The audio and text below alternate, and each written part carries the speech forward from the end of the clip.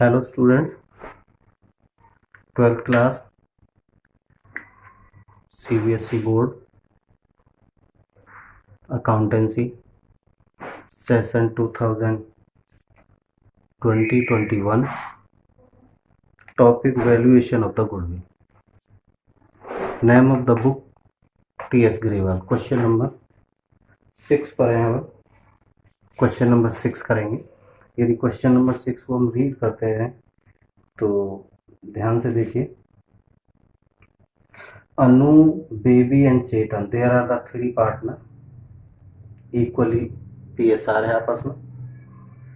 They decided to deal for 1/5 share. So at that time, calculate the goodwill. For this purpose, goodwill is to be valued 100% of the average profit of the previous 3 or 4 years, whichever is higher. तो वही case है, पहले 3 साल का average profit, फिर 4 साल का average profit, फिर मैच करेंगे कौन सा बड़ा है, फिर उसके हिसाब से फर्म्स गुडविल इसमें हम निकालेंगे। तो क्वेश्चन नंबर 6, एवरेज प्रॉफिट। तो ईयर को ले लो। ईयर कौन कौन से हैं? 2017। तो यहाँ पर आप लीजिए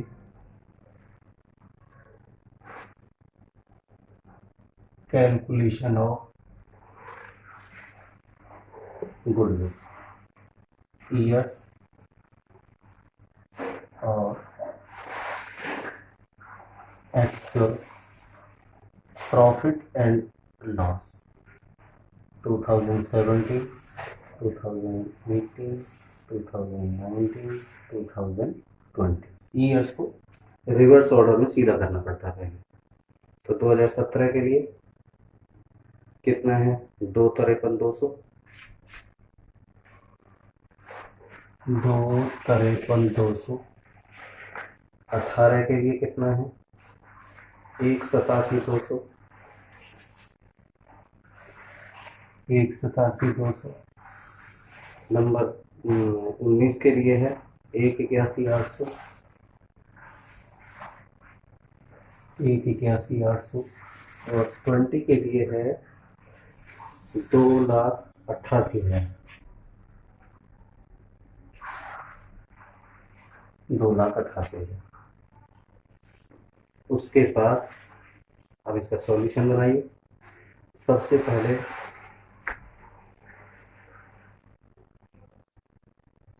average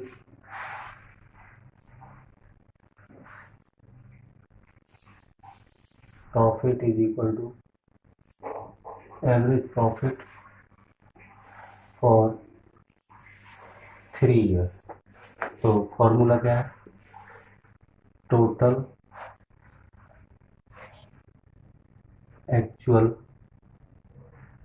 profits and losses divided by years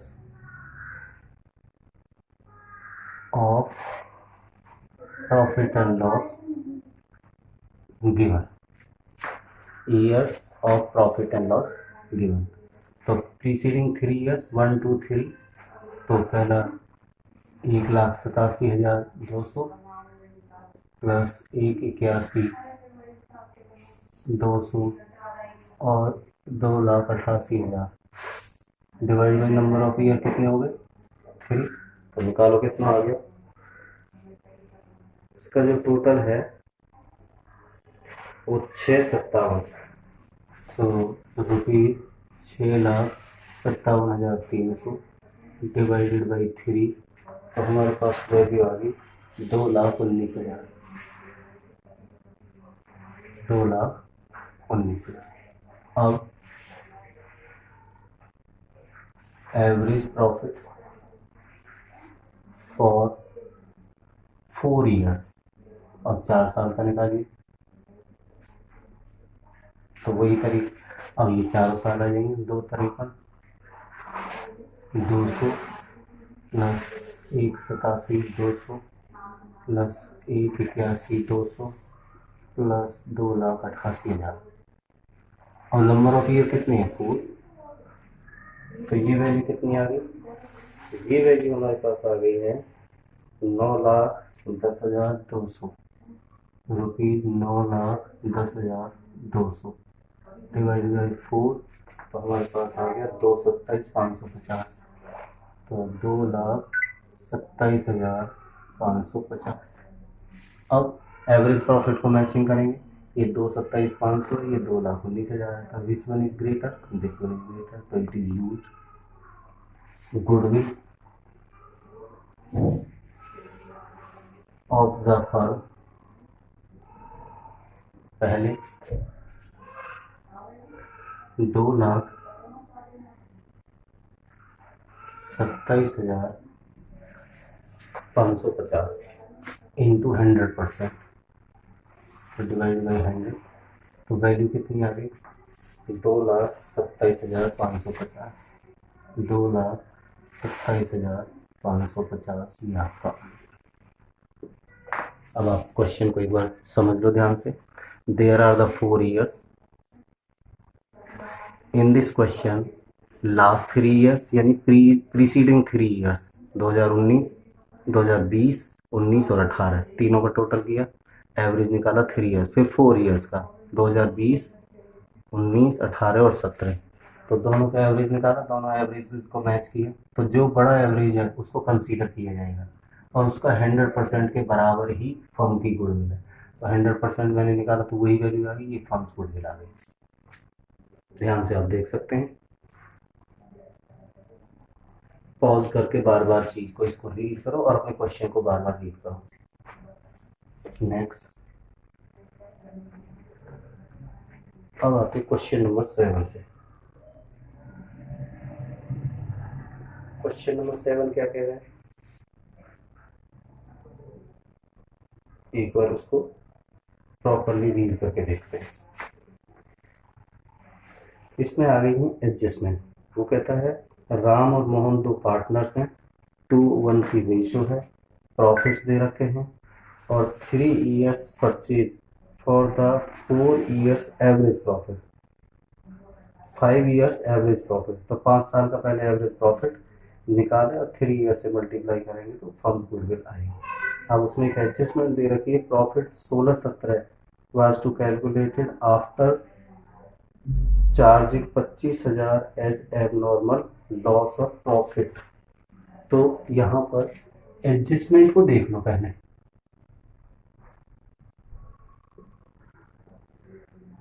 adjustments, तो एडजस्टमेंट कैसे होती है, एक होता है एडजस्टमेंट के लिए सबसे पहले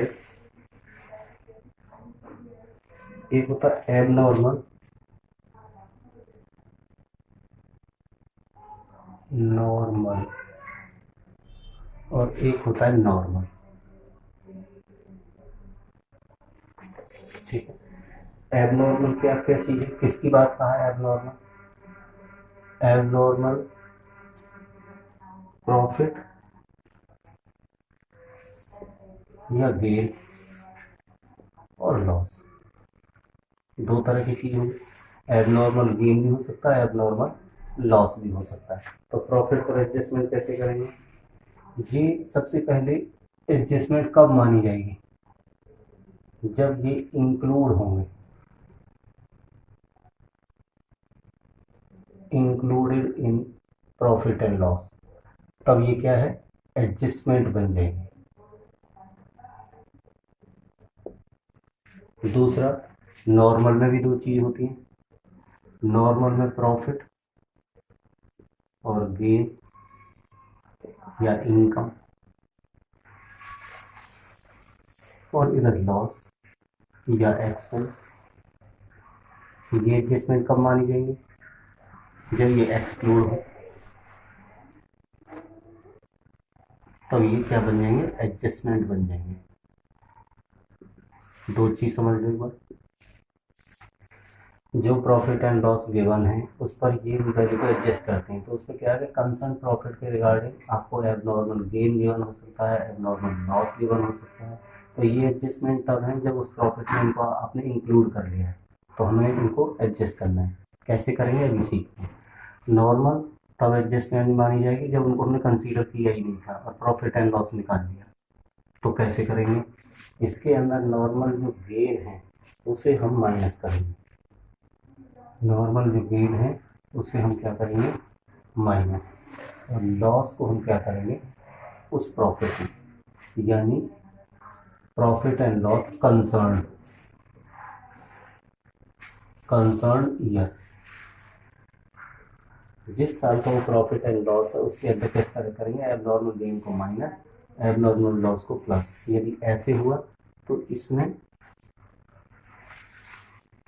यदि एबनॉर्मल गेन है तो इसमें करेंगे प्लस, इसमें करेंगे माइनस। किसमें, profit and loss concern year.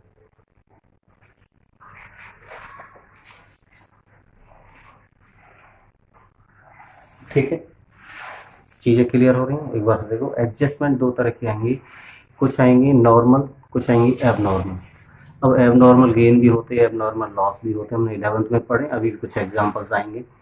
Normal item वही होती हैं जो प्रॉफिट एंड लॉस और ट्रेडिंग होती हैं, वो सारी नॉर्मल होती हैं।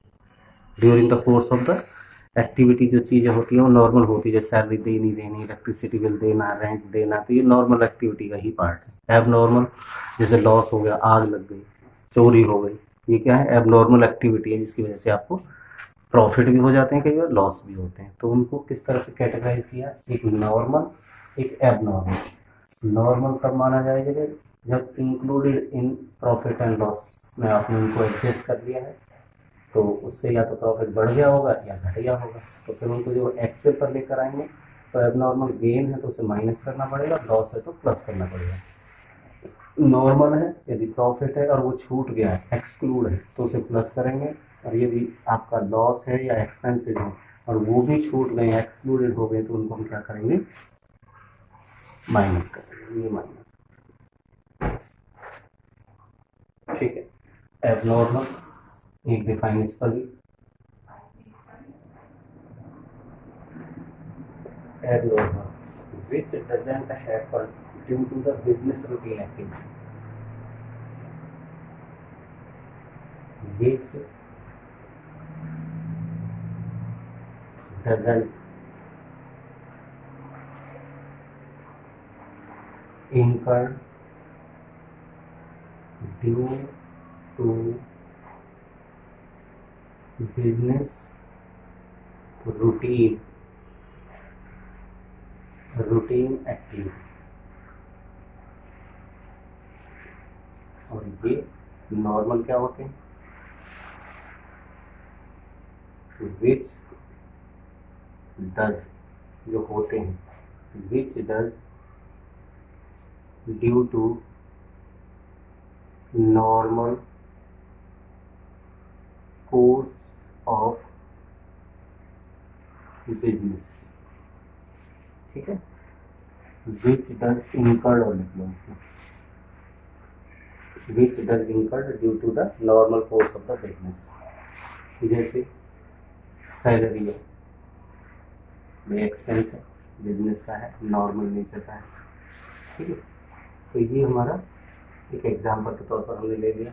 एबनॉर्मल में जैसे लॉस बाय फायर हो, थेफ्ट हो, एक्सेट्रा।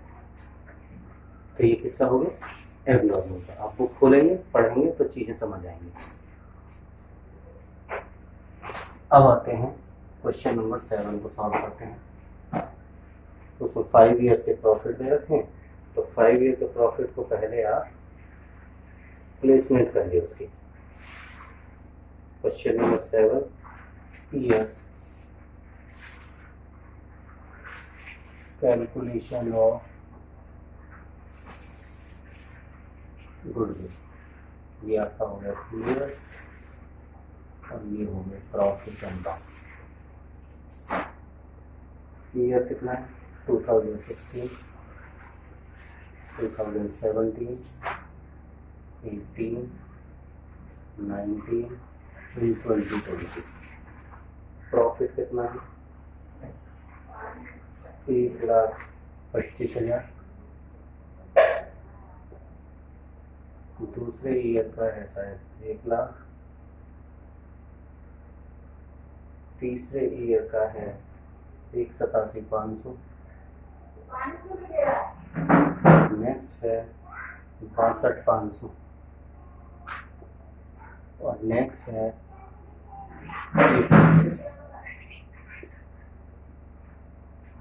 1,25,000। अब इसमें एक एडजस्टमेंट दे रखी है 2016 के लिए जो 25,000 की है। क्या एडजस्टमेंट है? रीड करो एक बार क्वेश्चन में। क्वेश्चन में जब रीड करते हैं तो उसमें लिखा हुआ है कि 2016-17 में 25,000 का एक अब्नॉर्मल लॉस हुआ था। तो 16-17 का प्रॉफिट ये हो गया। ठीक है, 16-17 तो प्रॉफिट हमारा कौन सा हो गया? 16-17 का 17 वाला हो गया। तो उसमें हम 25,000 क्या कर देंगे? अब नॉर्मल लॉस को प्लस कर देंगे। तो इसमें अब आपका यहाँ पर क्या कॉलम आएगा? जो ये प्रॉफिट एंड लॉस इसके सामने एक्चुअल प्रॉफिट्स। तो ये 1,25,000, ये भी 1,25,000 हो गया। ये इक्वल लगा सकते हैं। ये दोबारा से 1,87,500, ये 62,500। ये 62,500 हमारा क्या है? लॉस है। तो इसे ब्रैकेट में बंद करो और ये आपका 1,25। तो अब टोटल करिए।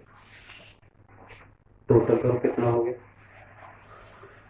जब आपने इसका टोटल किया तो ये आपके पास आ गई वैल्यू 5 लाख रुपए। 5 लाख। अब average profit is equal to total actual profit and losses divided by years. आपने वही फॉर्मूला लिखना, years given for profit and loss. तो 5 लाख आपका total actual profit after adjustment और divided by number of years 5। तो कितना होगा? ₹1,00,000, राइट। उसके बाद goodwill of the firm, goodwill of the firm average profit 1,00,000 into number of years 25 कितना है? 3। तो 3 लाख रुपये ये फर्म गुडविल आ गई। ये आपका आंसर हो। देख लो 16-17। तो 16-17 का प्रॉफिट ये हो गया। इसमें एक एडजस्टमेंट थी, अब नॉर्मल लॉस था। अभी आपने टेबल में देखा है अब नॉर्मल लॉस होता है तो हम क्या कर देंगे? प्लस कर देंगे। गेन होगा तो माइनस कर देंगे। तो हमने कंसर्न ईयर में प्लस कर दिया। प्लस कर दिया तो हमें एक्चुअल प्रॉफिट पता लग गया उसका। तो एक्चुअल प्रॉफिट के बाद हमने टोटलिंग की और प्रोसेसिंग आ गई थी। चलिए आगे question number 8। Question number 8 years they रखे, वही तरीका कैलकुलेशन ऑफ फॉर्म्स गुडविल। ठीक है, सबसे पहले ईयर्स और प्रॉफिट एंड लॉस। ईयर 18-19-20, 2018, 2019, 2020। 1,00,000, 1,25,000, 1,00,000, 1,25,000 और 1,12,500। अब आते हैं एडजस्टमेंट पर। एडजस्टमेंट में देखो ध्यान से रीड करना पड़ेगा, क्वेश्चन की लेंथ बड़ी है। क्वेश्चन नंबर 8 पर आ गए हम। तो एडजस्टमेंट कहता है कि including abnormal gain abnormal gain तो इंक्लूड ही होना चाहिए, तभी एडजस्टमेंट मानी जाएगी, और उसको हम माइनस कर देते हैं। ठीक है sir. After charging abnormal loss, ठीक है, चार्ज कर लिया इसका मतलब इंक्लूड हो गया। अब एबनॉर्मल लॉस है, ठीक है, चार्ज कर लिया तो एडजस्ट हो गया, इंक्लूडेड ही मानेंगे। और उसके बाद उन्होंने कहा कि एबनॉर्मल गेन, तो आपने क्या करना है, माइनस करना है। उसके बाद after charging the abnormal loss, एक और आ रहा, वो भी आफ्टर चार्जिंग बोल रखा है। उसके बाद है including 12,500 as a insurance premium, ये एक नॉर्मल एक्टिविटी का है, ठीक है, और ये क्या है, ये एक्सक्लूड कर रखा है, तो ये एडजस्टमेंट माना जाएगा। तो कैसे करेंगे, अब आइए क्वेश्चन, बुक अपने साथ रखिए तभी क्वेश्चन ठीक से समझ आएगा। 12,500 माइनस 12,500, दूसरे ईयर में 25,000, तीसरे ईयर में 12,500। तो हमारे पास क्या आ गया, एक्चुअल प्रॉफिट्स आ गए। माइनस करिए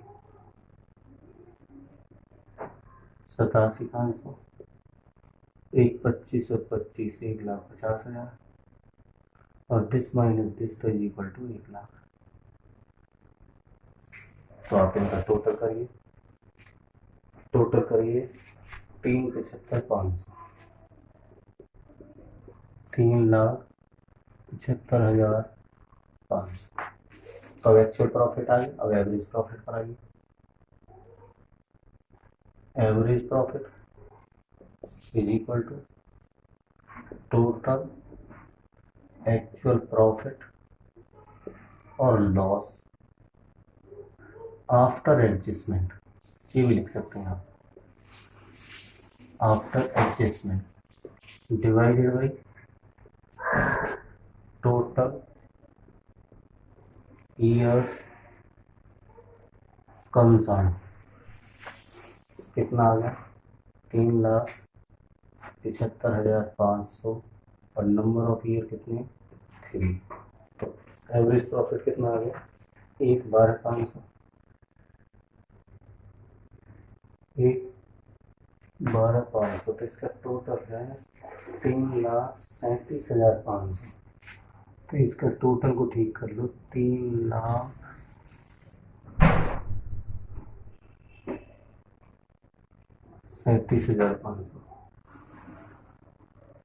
तो 3,37,500, तो हमारे पास आ गया 1,12,500 एवरेज प्रॉफिट आ गया।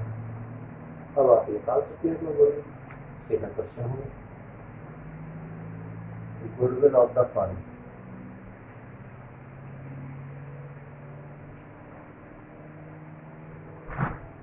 Number of years purchase given कितना, 2, यानी 2 ईयर्स। अब आप इसका डबल करें, 2,25,000, 2,25,000, ये आपका आंसर है।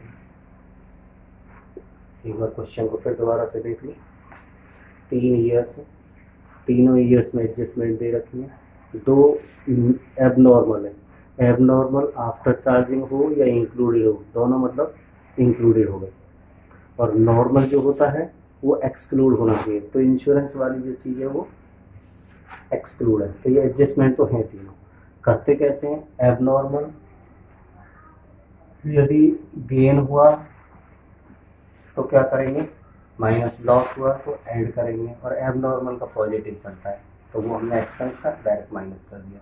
तो ये एक्चुअल प्रॉफिट्स आ गए इन ईयर्स के, तो ये actual profit, actual total profit after adjustment divided by year concern, तो ईयर कंसर्न यही है 3। तो average profit, number of years purchase given है, तो इनटू करेंगे फर्म गुडविल आपका आ गया। इज इट क्लियर, ध्यान से समझे, स्लो स्पीड पर इसको आराम से समझे। नेक्स्ट क्वेश्चन, क्वेश्चन नंबर आइए 9, there are the 5 years Goodwill is to be calculated on the basis of the 4 years purchase of the average profit of the 5 years। और इसमें हमें क्या दे रखा है, एक 1,00,000 रुपए की कार है जो परचेज की है and debited to travelling expenses, और उसे एक रेवेन्यू नेचर का एक्सपेंस मान लिया और उस पर डेप्रिसिएशन है 25% का, और एक इंटरेस्ट है जो नॉन ट्रेड इन्वेस्टमेंट पर है ईयर 19-20 के लिए। तो पहले क्वेश्चन को आपको डेकोरेट करिए। Question number 9, calculate goodwill of the firm. ठीक है, पहले ईयर्स लिख लो आराम से। प्रॉफिट्स एंड लॉस, ईयर्स कौन कौन से हैं? ईयर्स हैं 2016 और 20 तक, यानी 2016, 17, 18, 19 and followed by 20। Correct. Profit कितना कितना है? 1,50,000, यहाँ पर 1,50,000, इसका 3,50,000, number next 5 lakh, next 7,10,000 and followed by हमारे पास लॉस है 5,90,000 का, 5,90,000 का लॉस। अब आते हैं एडजस्टमेंट।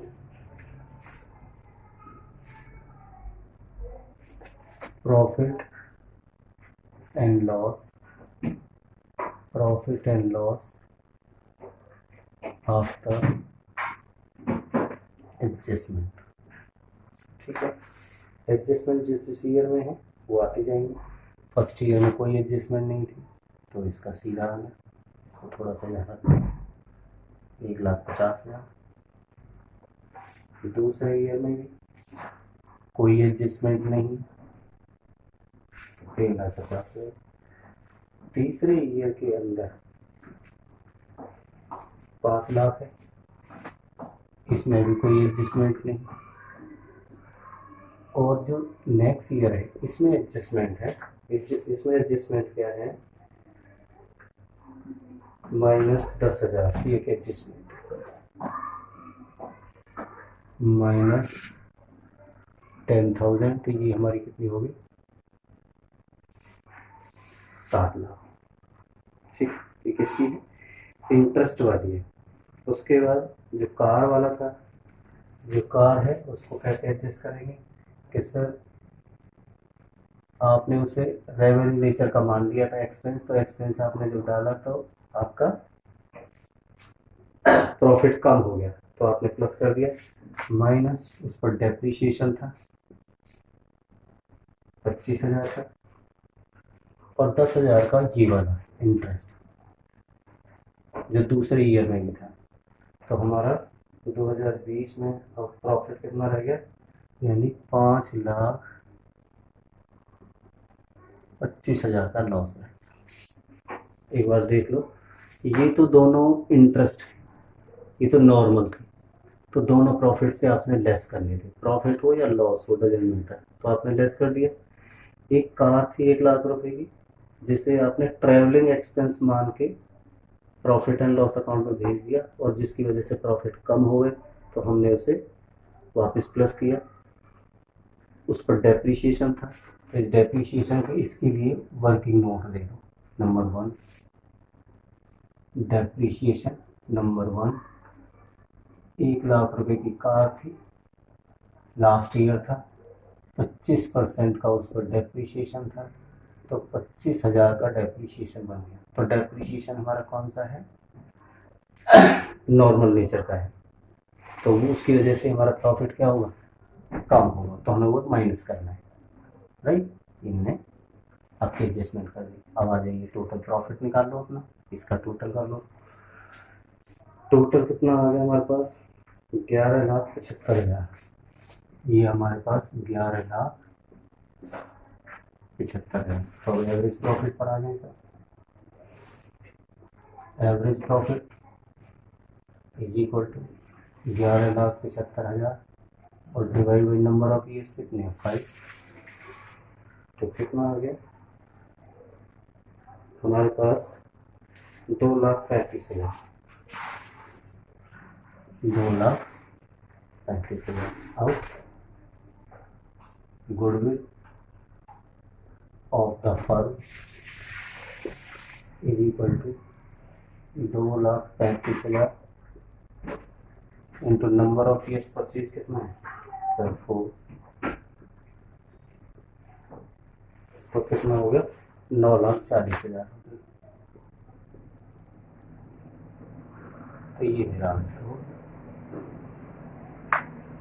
एडजस्टमेंट का पीरियड देख लो, 5 ईयर्स दे रखे, 4 प्रॉफिट है, 1 लॉस है, 2 एडजस्टमेंट है, एक इंटरेस्ट की है जो 2 साल था 19 और 20 में, नॉर्मल नेचर का था, एक्सपेंस था इसलिए आपने डायरेक्ट लेस कर दिया, एक कार थी जिसे आपने ट्रैवलिंग एक्सपेंसेस मान लिया और प्रॉफिट एंड लॉस में शो कर दिया, तो जिससे प्रॉफिट कम हो गया तो हमें प्लस करना पड़ा करेक्ट एक्चुअल प्रॉफिट पे जाने के लिए। उस पर डेप्रिसिएशन भी था 25%, तो 1 साल का डेप्रिसिएशन 25,000 लगेगा, तो वो नॉर्मल नेचर में आ गया, तो वो आपने वहाँ से माइनस करना होगा प्रॉफिट से, तो करेक्ट प्रॉफिट आपको मिल जाएगा। अब इसमें लॉस था, एडजस्टमेंट के बाद भी लॉस जनरेट हो रहा था, इसलिए हमने ब्रैकेट भी लगा रखा है। हमने सबका टोटल किया, चारों प्लस ये माइनस किया, तो 11,75,000। 11,75 नंबर ऑफ ईयर 1 2 3 4 5, तो आपके पास एवरेज प्रॉफिट। तो firms goodwill average profit into number of years purchase, तो ये हमारा आंसर निकल है। ठीक है, उसके बाद क्वेश्चन नंबर नेक्स्ट की तरफ बढ़ेंगे। पहले क्वेश्चन नंबर 10 को रीड कर लो,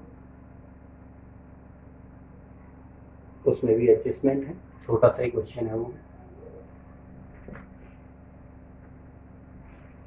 पहले क्वेश्चन को रीड करते हैं एक बार। क्वेश्चन नंबर 10 क्या कहता है, वो कहता है अरुण और Bharat profit sharing ratio 3:2, they decided to admit Meenu as a partner on the 1st April 20 following. Manu will be given 2/5 profit or goodwill of the firm. We calculated 2 years purchase of the 3 years normal average profit of the firm. 3 साल के profit है। Adjustment को समझते हैं।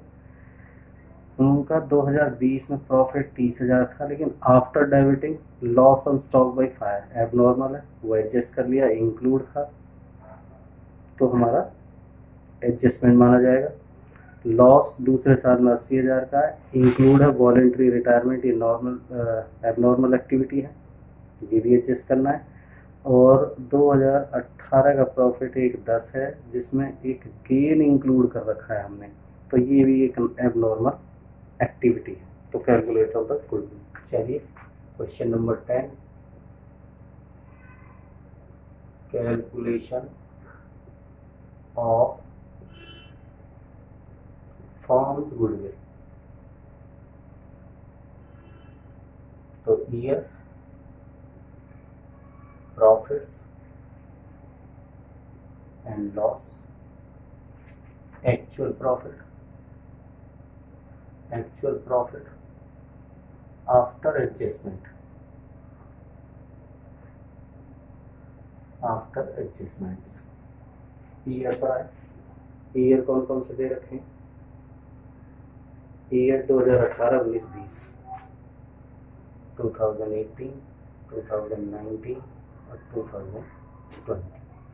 Profits कितना है, 18 में 1,10,000 का प्रॉफिट, 19 में 80,000 का लॉस और 20 में 30,000 का प्रॉफिट, 30,000 का प्रॉफिट। राइट, एडजस्टमेंट -30,000 तो इसके हैं क्वेश्चन में देखो, प्लस 1,10,000 इसकी एडजस्टमेंट है और प्लस 40,000 की एडजस्टमेंट इसकी है। राइट, आफ्टर एडजस्टमेंट कितना हो गया, और ये हो गया 80,000 रुपये का प्रॉफिट। लॉस ये 30,000 प्रॉफिट में कन्वर्ट हो गई वैल्यू, क्योंकि ये माइनस का है, ये प्लस का है, तो प्लस का ज़्यादा है तो 30,000, और ये आपका 70,000 हो गया, राइट। और टोटल का ये 81,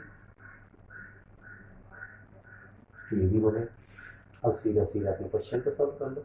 average profit is equal to 1,80,000 divided by number of year 1 2 3, तो कितना आ गया 60,000। Goodwill of the firm is equal to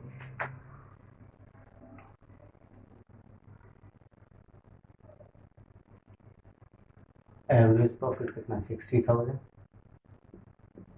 और number of years purchase question में कितने दिए इस बार 2, तो हमारे पास 1,20,000, तो ये हमारा आंसर आ गया। ठीक, एक तो क्वेश्चन को बार बार अपनी बुक से रिपीट करो, स्लो स्पीड पर उसको रीड करो, ठीक है। वीडियो को पॉज करो, बीच बीच में रोको, रिपीट करो, तब चीज़ें आपकी समझ आएंगी। एक क्वेश्चन पे आपको 2 या 3 मिनट एक्स्ट्रा लगेंगे, उसके बाद आपको नहीं लगेंगे, फिर आपकी स्मूथनेस क्वेश्चन में आने लग जाती है, चीज़ें समझ आ जाती हैं, अंडरस्टैंड हो जाता है। चैनल को सब्सक्राइब कर लो, क्योंकि ये बहुत ज़रूरी है। और कोई भी डाउट है, कोई भी प्रॉब्लम है, अपने टीचर के साथ शेयर करो। Thank you very much.